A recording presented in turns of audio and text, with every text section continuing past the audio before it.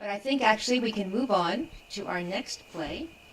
How to Ensoul the World by Robert Robbins, which takes place in a lovely state park. Could be a state park near you, but it's probably a state park in Pennsylvania.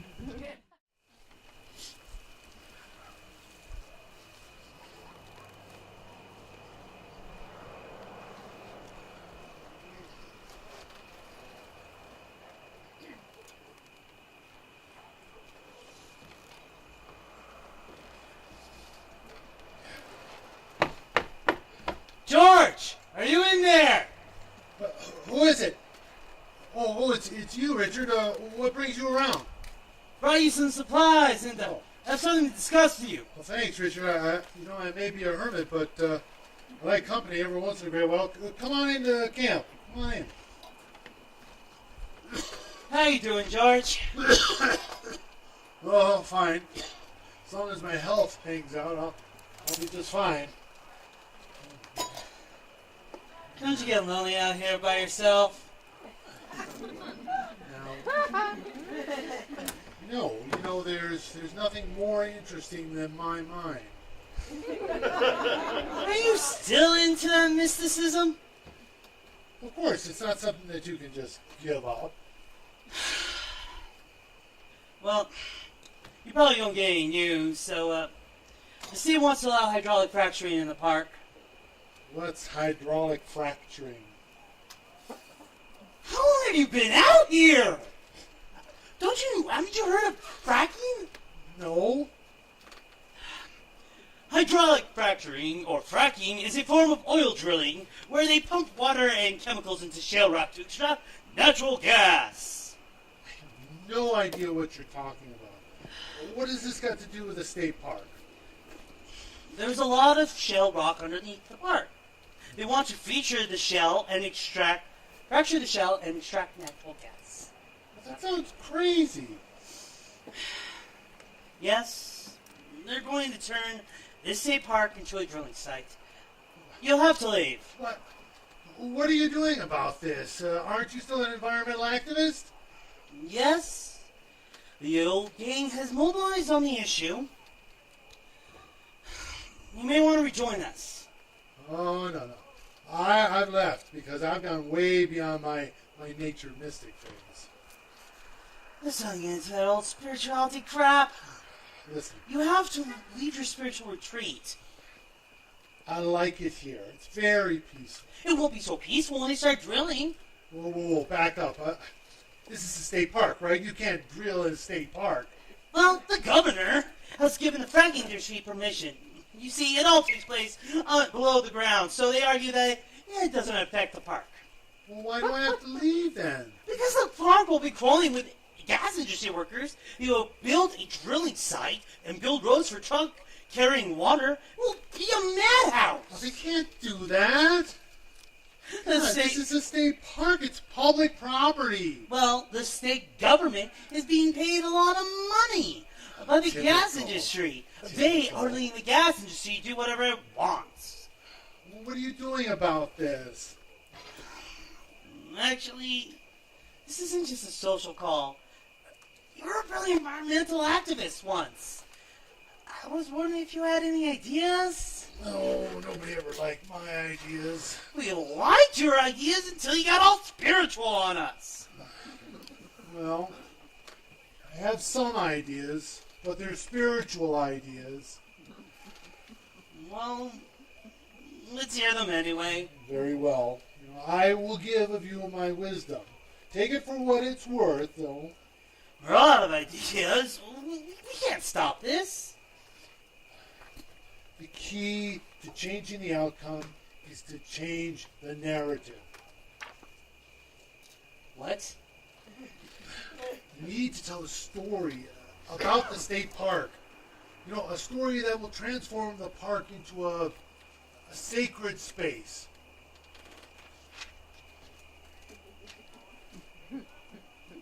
Do you see this park as a sacred space? Of course I do. This is a sacred space. Any place can be a sacred space. My goodness. Unfortunately, the governor doesn't consider our state parks to be sacred.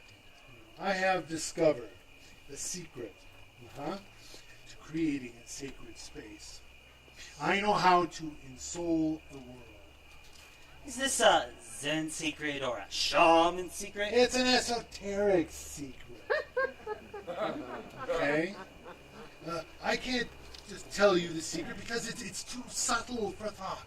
What good does it do us? That's a good question, mind you. I have become a hermit because I wanted to devote my time to contemplating esoteric secrets. Maybe you could write a book. You don't understand. There would be no point in writing a book. It would be futile to make any attempt to communicate my esoteric secrets. And why bring it up? This can help us. Sorry. But I have given considerable thought on how to invest something with the sacred. Nothing is inherently sacred. You have to ensoul the world to find the sacred. And how do you do that? First, understand that the Spirit is a genius at this, and its methods are a profound secret. But I think the key to creating sacred space is to see some aspect of the place as a symbol of something mythical or legendary. Can you give me an example? Let me think. You know the trail through the woods that's carpeted with ferns, yeah? Yeah. A poet would use the ferns as a symbol of something. They're an ornamental plant. Maybe the ferns would, remind him of a Victorian drawing room with potted ferns. Now you've lost me. Okay, I was never very good at poetry. My point is that the fern could be a symbol of something greater, and this would lend the trail a heightened significance. That's how you make it sacred.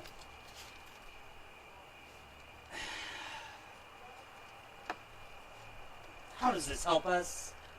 Well, you could get a poet to use the state park for his inspiration. Then the state park would have a literary significance in addition to its inherent natural beauty.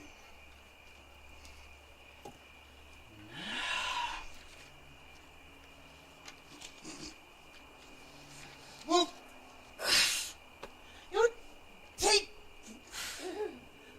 we don't have time to wait for a local poet to become famous.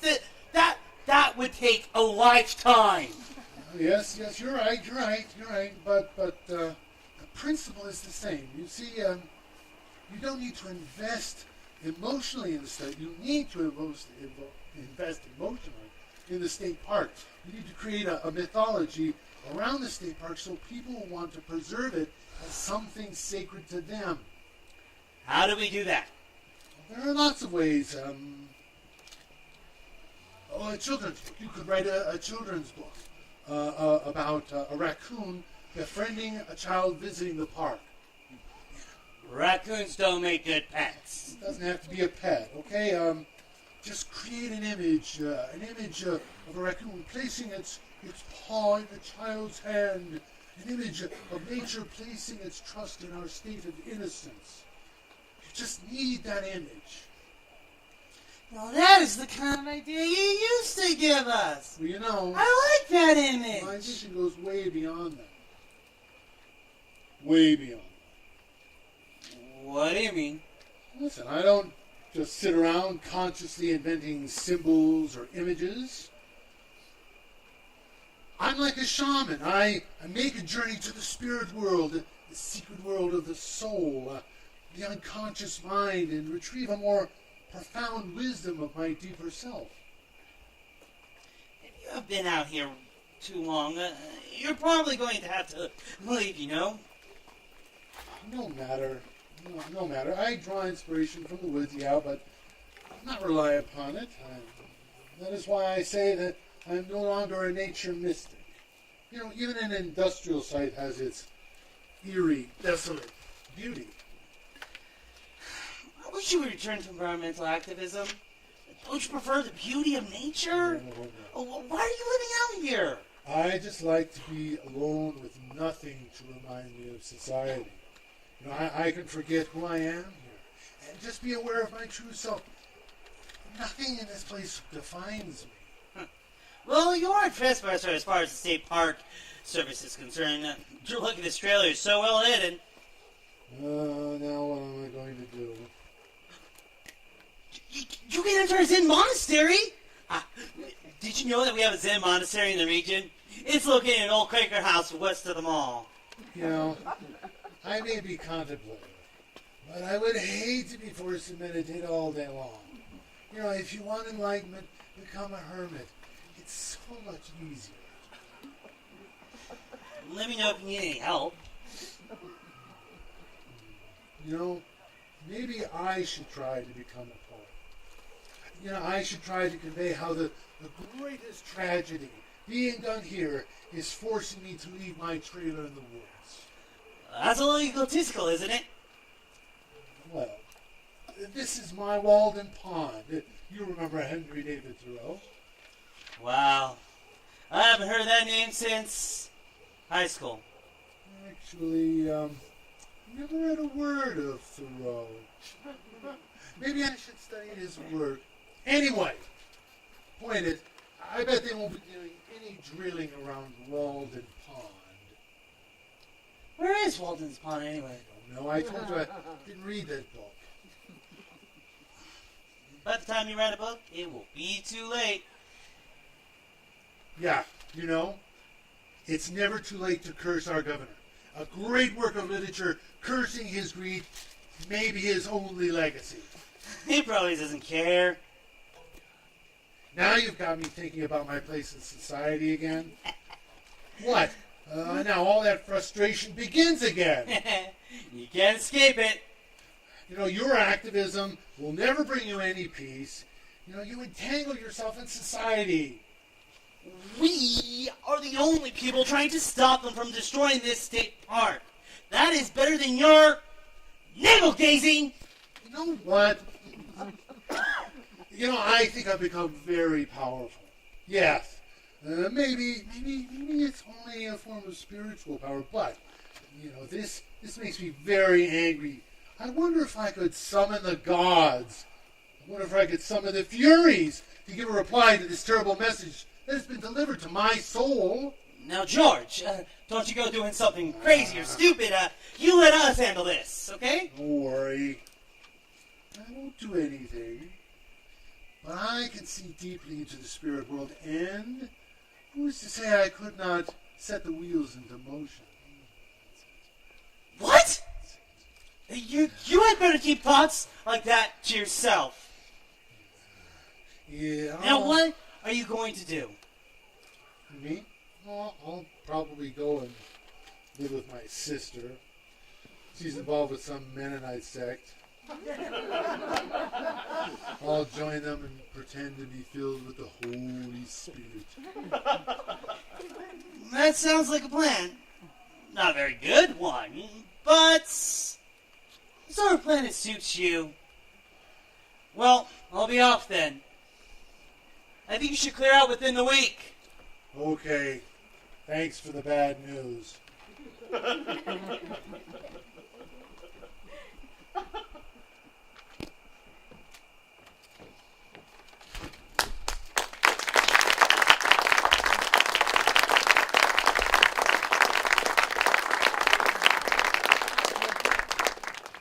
Okay, thanks to actor readers Trent Layden and Joe Layden. And now we would like to talk about it with director Barbara Layden, but she is busy changing sets. She's acting as one of our stage managers tonight also. Are you going to have any time at all, Bobby? In a bit? Start without me. Okay, all right. Not that I can see you. I wonder if I can see any better if I come down here. Not much. If I go over here, that's a little better. All right, I can see a little better from here. So, any thoughts about this play?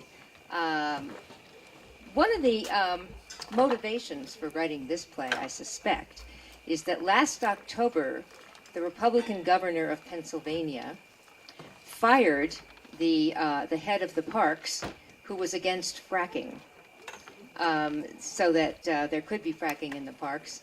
Although Pennsylvania has risen up, and there's a big movement there. There's a big movement in Ohio because they're also starting to frack in the parks, and there's a movement afoot. I got a petition just today to sign something against fracking in federal parks because it really is bothering the people that live next to them. But anyway, I'm looking to see if you have any comments rather than me sitting here talking all this time. Yeah. Mike, right here comes the mic. Right. There you go. You have to hold this thing up. No, I just wanted to introduce my son, who knows a little bit about fracking in Kern County. Yeah. You are forced to talk. Talk to us. Tell him what you were doing. Well, I had a friend, actually, it was, this is kind of a third person removed, interested in fracking, but I accompanied her to Taft, which now has, it's the center of oil drilling in Kern County, and they're doing a lot of fracking there now. And what we're looking at is what kind of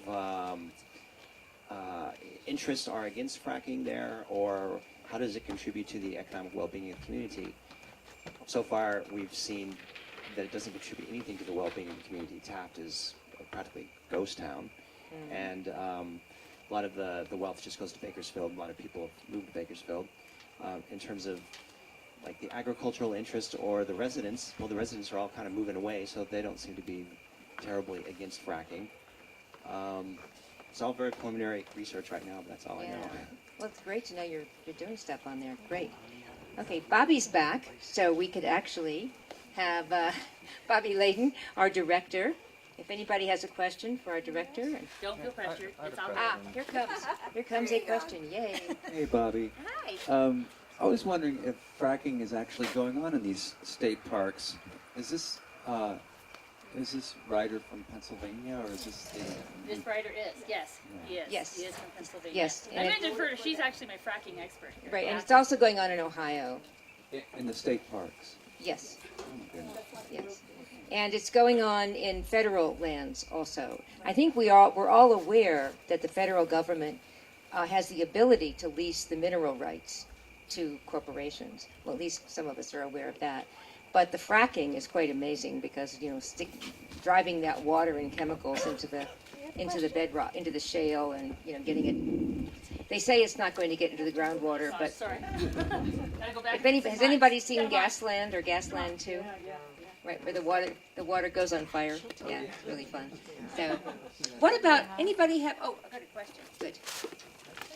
What is fracking? Good. What is fracking? Fracking is when a big corporation puts water under a lot of pressure, sends it down in a big pipe under a lot of pressure, and it mixes chemicals with it. And when the water they drive it down into this kind of rock called shale, which apparently has a lot of natural gas hidden in it, trapped in it.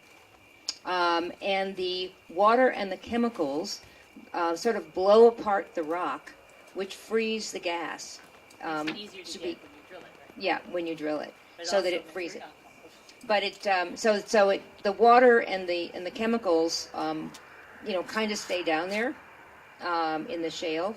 Some of it they take out, but it's a method of harvesting natural gas, which makes our natural gas much cheaper. At least it appears that way. They say. In certain ways it's cheaper. In other ways it's much more expensive. Good question. Thank you. Any other thing else? Yes. Okay. One more. Then we're going to move on to the next play.